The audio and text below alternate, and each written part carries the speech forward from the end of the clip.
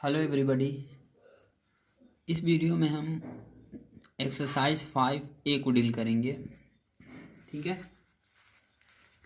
जिसका question number first है। निम्नलिखित में से प्रत्येक समांतर श्रेणी के लिए प्रथम पद तथा सार्वंतर लिखिए। ठीक है, तो प्रथम पद और सार्वंतर बोला है, तो सबसे पहले हम देख लेते हैं कि प्रथम पद होता क्या है और सार्वंतर किसे कहते हैं। ठीक है, तो किसी भी समांतर श्रेणी में n वां पद ज्ञात करने के लिए सूत्र होता है an बराबर a प्लस कोष्टक में n-1 इंटू डी। इसी में ये जो an होता है, n वां पद होता है, ठीक है, और a जो होता है वो प्रथम पद होता है। प्रथम पद यहाँ पे n है, तो n है पदों की संख्या। पदों की संख्या, जैसे कि किसी भी श्रेणी में कितने पद हैं जब दिया हो तो उसे पदों की संख्या बोलते हैं। ठीक है, और d को हम सार्वंतर बोलते हैं। d बराबर होता है सार्वंतर। ठीक है, तो a तो किसी भी श्रेणी में जो पहला वर्ड होता है वही प्रथम पद होता है। ठीक है, तो इस क्वेश्चन नंबर फर्स्ट का प्रथम पद क्या है? a बराबर दिया हुआ है 3। ठीक है, तो d का मान क्या हो जाएगा? d का सूत्र होता है a2 माइनस a1। ठीक है, तो यहाँ पे a2 क्या है? a1 है, a2, a3, a4 ऐसे दिया रहता है। a2 है 1 एंड a1 क्या है 3, तो माइनस करेंगे तो कितना बचेगा? -2। मतलब a का मान है 3 एंड d का मान क्या है? -2। a बराबर 3 एंड d बराबर -2। ये हमारा आंसर हो जाएगा इस क्वेश्चन का। ऐसे ही बाकी क्वेश्चन आप कर सकते हैं। ठीक है, अब बताते हैं क्वेश्चन नंबर 2 को। ठीक है, तो इसका क्वेश्चन नंबर 2 है फर्स्ट का। -5 दिया हुआ है, -1 एंड 3 7।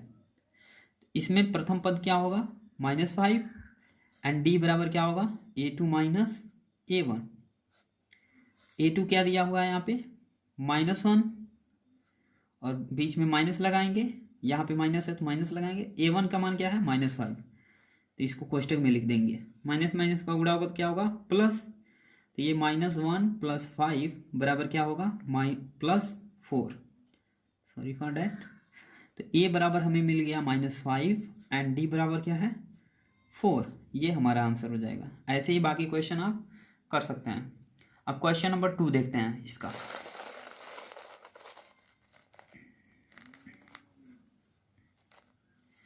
क्वेश्चन नंबर 2 देखिए, निम्नलिखित में से कौन कौन समांतर श्रेणी हैं?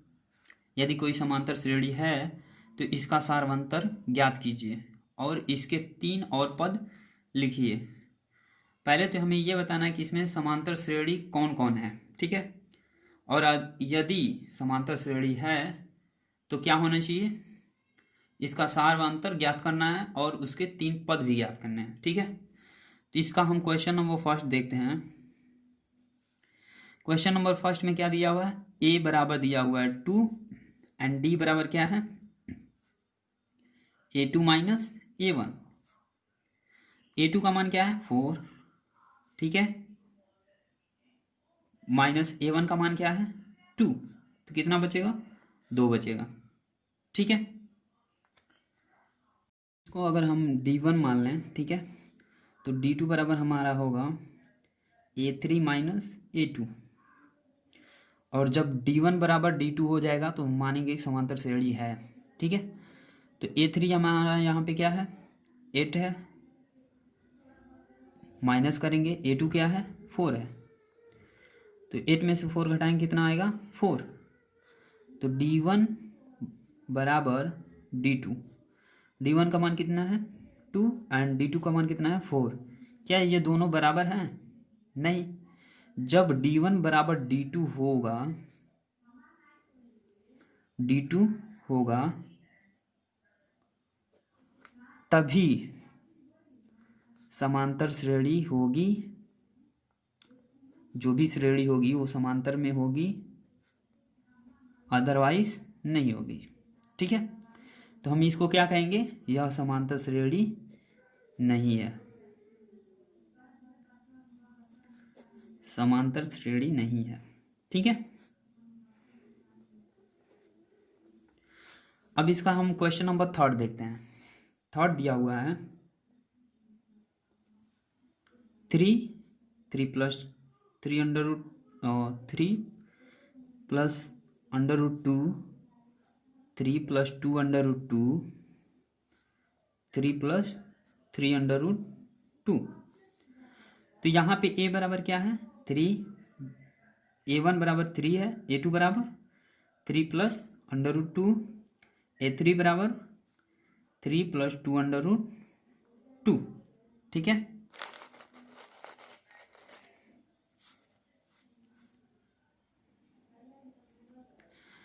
तो हम देखते हैं a1 बराबर तो हमारा a बराबर 3 है, लेकिन d1 बराबर देखते हैं तो a2 माइनस a1।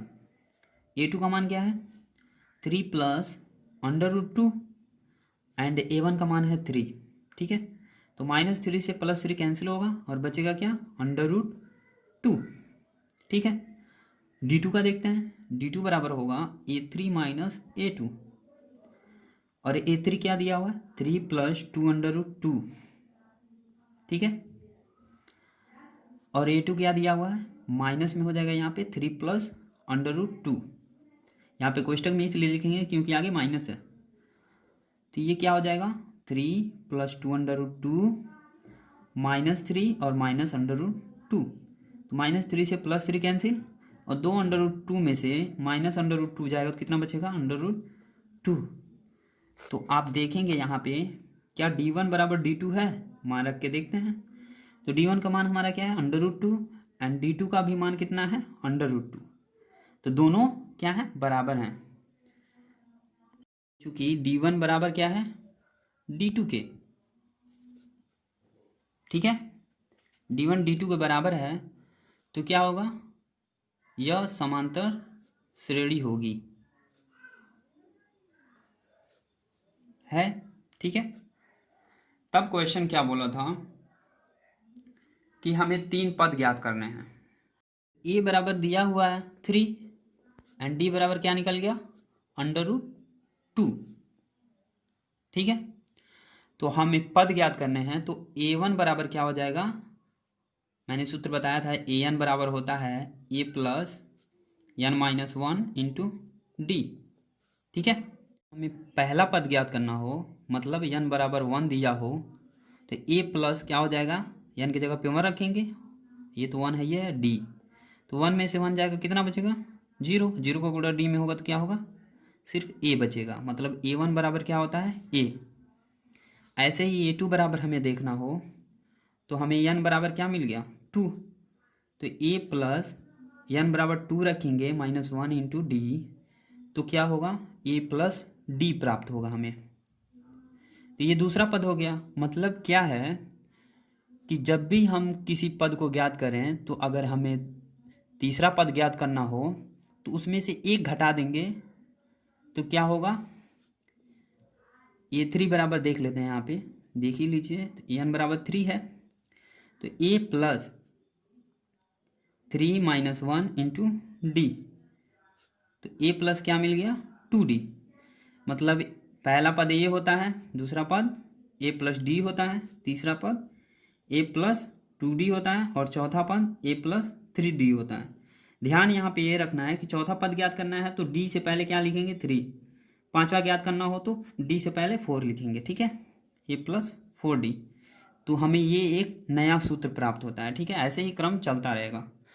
तो यहाँ पे बोला है कि अगले 3 पद को ज्ञात करना है। ठीक है, तो अगले 3 पद को हमें ज्ञात करना है, और बाकी पद दिए हुए हैं कि 4 पद दिए हुए हैं, तो हमें क्या करना है 5वां पद ज्ञात करना है, 6वां एंड 7वां, इतने पद हमें ज्ञात करने हैं अगले। ठीक है, तो ए का 5वां पद ज्ञात करना है, मतलब n बराबर क्या मिल गया हमें 5।